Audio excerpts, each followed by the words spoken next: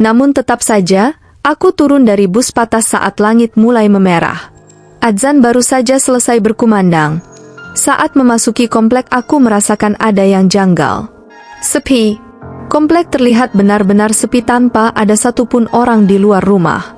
Kamu belum dengar ceritanya, Yun? Tanya Bang Fajar dengan hati-hati. Cerita apa, Bang?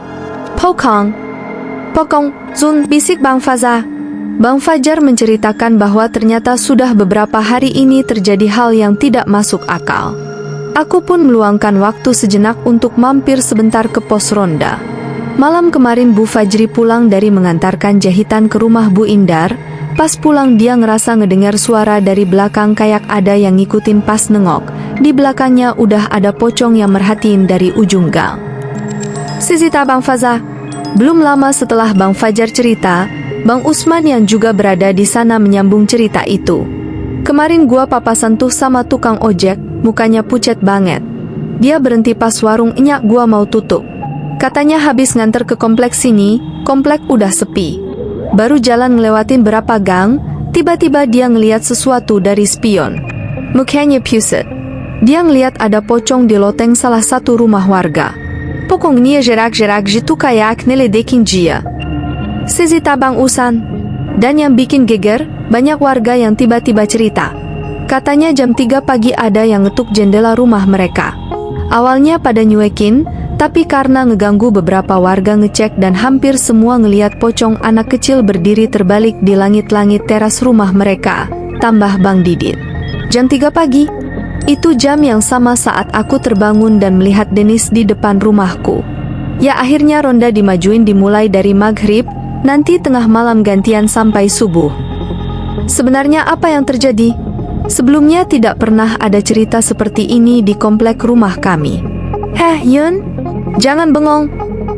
Bang Fazamen ni dan lamungkun. Aku tersadar dari lamunanku dan berdiri bersiap meninggalkan pos ronda. Ayah, Bang. Yuni pamit aja deh. Tapi, sudah ada petunjuk belum kira-kira kenapa setan-setan itu bisa tiba-tiba gentayangan di sini? Kanyeku. Sekali lagi Bang Fajar menatap kedua temannya dan menjawabku. Kalau kata Mbah Tarjo, setan-setan itu berasal dari rumah kosong itu. Sepertinya aku memang harus menemui Mbah Tarjo. Benar, suasana di kompleks saat ini terasa tidak nyaman. Langit pun mulai menjemput gelap, dan jika aku tidak mempercepat langkahku mungkin saja aku akan mengalami hal seperti yang diceritakan Bang Fajar tadi. Terlebih, aku mulai mencium kembali bau sangit yang seolah berasal dari sesuatu di dekatku. Suara anak kecil terdengar bermain dengan ramai di penghujung maghrib. Tidak ada yang menggubrik keseruan anak-anak itu saat bermain. Warga di sana berlalu lalang sibuk dengan kegiatannya sendiri tanpa memperhatikan anak-anak itu. Sampai mereka sadar saat melihat seorang pemuda berdiri dengan muka panik. Mas? Kenapa, Mas? Sakit? Salah seorang ibu mencoba menegur pemuda itu. Namun pemuda itu hanya menggeleng. Ia malah menunjuk ke arah anak-anak yang sedang bermain itu dengan wajah yang pucat. Ibu itu menoleh mengikuti arah kemana pemuda itu menunjuk. Astagfirullahaladzim, ucapnya sambil tanpa sadar menjatuhkan barang bawaannya. Melihat reaksi ibu itu, warga di sekitar pun menatap ke arah yang sama. Mereka melihat ke arah anak-anak yang bermain itu. Saat itu seketika orang tua dari anak-anak yang ada di sana menarik anaknya kembali dengan wajah panik. Beberapa warga desa juga membantu menarik anak-anak yang tidak dijaga oleh orang tuanya, dan di sana tersisa 3 anak. Semua yang berada di dekat itu terdiam dan tak percaya dengan apa yang mereka lihat. 3 anak itu berdiri di sana, tanpa kepala. Seolah terhipnotis oleh sesuatu, anak-anak yang sebelumnya bermain dengan tenang tiba-tiba pucat dan menangis ketakutan. Salah seorang anak perempuan bernama Tari terus menangis di pelukan ibunya. Namun saat itu ia mendengar suara dari belakang sang ibu. Tumbal yang lezat, itulah yang dicari. Tari semakin takut, suara itu terdengar semakin mendekat. Ia pun menatap ke belakang dari pelukan ibunya. Ini dianya yang terbelakang, suara itu terdengar dari sebuah kepala yang menggelinding di belakang kaki ibunya. Seketika Tari pun menangis meraung-raung seperti kesetanan. Dan bersama dengan adzan yang berkumandang sosok itu pun menghilang.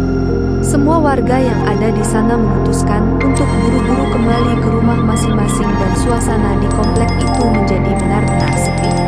Mas Suryo menceritakan berbagai hal janggal yang akhir-akhir ini terjadi di komplek tempat tinggal kami. Ia mengatakan bahwa hampir semua warga sudah tahu dan mungkin aku belum dengar karena terlalu sibuk di kantor. Kamu sudah tahu kan kenapa Mbah Tarjo nggak mau langsung cerita ke kamu pas di rumah? Tanya Mas Suryo. Kuntilanak jangkung itu ya? Jawab Keragu. Mas Suryo mengangguk. Ia menyajikanku segelas teh setelah memanggilkan Mbah Tarjo. Terus, sekarang? Rumah ini punya hukum gaibnya sendiri. Tanpa izin dari Mbah Tarjo tidak ada sosok gaib yang bisa memasuki pekarangan rumah ini. Jelas Mas Suryo. Memangnya Mbah Tarjo apa sih Mas? Dukun? Tanyaku. Kalau soal itu, mending kamu kenalan sendiri aja. Ucap Mas Suryo sambil melemparkan pandangannya pada Mbah Tarjo yang datang menghampiri kami. Aku mengangguk dan berusaha untuk sopan sekaligus berharap semoga pertanyaanku tadi tidak menyinggung Mbah Tarjo. Mbah bukan dukun, Yuni. Mbah cuma orang yang pernah berurusan sama rumah dan nenek itu. Rumah kosong itu, Mbah? Mbah Tarjo menginggak. Ini sebenarnya ada apa sih, Mbah? Selama ini nggak ada yang aneh dengan rumah itu kan? Mbah Tarjo menghela nafas, ia terlihat bingung ingin memulai cerita dari mana. Rumah itu memang tidak berpenghuni, namun bukan berarti rumah itu tidak punya pemilik, Yuni. Nenek terkutuk itu pemilik sebenarnya dari rumah itu, dan dia selalu kembali ke rumah itu setiap beberapa puluh tahun, ucap Mbah Tarjo. Aku mengernyitkan dahi mendengar cerita itu. Apa artinya nenek itu adalah manusia? Lantas apa alasannya kembali ke rumah itu lagi? Memangnya nenek itu siapa, Mbah? Dia manusia? Atau apa? Tanya kepenasaran. Mbah Tarjo menyeruput kopinya seolah bersiap menceritakan sesuatu yang panjang kepadaku. Mbah tidak tahu nama aslinya. Ada yang mengatakan namanya Nek Eva, Ni Esih, Nyi Tasmi. Tapi Mbah lebih sering menyebutnya sebagai Nenek Sangit, karena selalu tercium bau sangit dari tubuhnya, ucap Mbah Tarjo. Mbah Tarjo pun menceritakan lebih banyak tentang sosok yang ia sebut dengan nama Nenek Sangit itu. Beberapa puluh tahun yang lalu, komplek perumahan ini belum sepadat sekarang. Mbah Tarjo adalah salah satu warga yang merintis kehidupan di tempat kami tinggal saat ini. Saat itu, rumah kosong itu sudah berdiri dan dihuni oleh seorang perempuan yang misterius. Perempuan cantik dengan pesona anggun dan misterius. Tak ada yang mengenal secara pribadi dengan perempuan itu. Ia jarang keluar rumah dan menghindari warga desa. Suatu ketika, Mbah Tarjo bersama temannya pulang larut malam setelah menghabiskan waktu di tempat kerjanya saat masih muda dulu. Ia melihat salah satu lampu rumah itu menyala dan pintu rumah itu terbuka.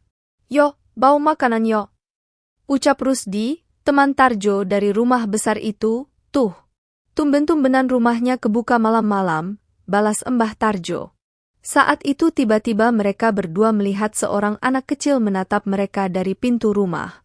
Mereka mengenal bahwa anak itu adalah salah satu tetangga mereka. Anak itu menatap dari arah pintu dengan baju yang berdarah-darah. Melihat hal itu, Tarjo dan Rusdi pun mendatangi anak itu dan anak itu berpaling berlari ke dalam rumah.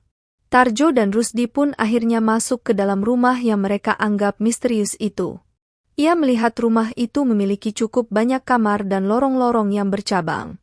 Sayangnya hanya cahaya lampu remang-remang yang menerangi mereka. Pencarian mereka menghantarkan mereka ke sebuah ruangan dengan meja makan yang dipenuhi dengan makanan lezat. Mereka menyadari bahwa bau makanan tadi berasal dari tempat itu. "Heh, jangan asal comot. Punya orang," larang Tarjo. Dikit doan, Rusdi meremehkan ucapan Tarjo sambil terus mengunyah satu tusuk sate yang ia comot dari salah satu tudung saji di meja makan itu. "Makanan itu bukan untuk kalian." Tiba-tiba suara seorang wanita terdengar mengagetkan mereka. Bu? Maaf kami nggak maksud apa-apa," balas Tarjo.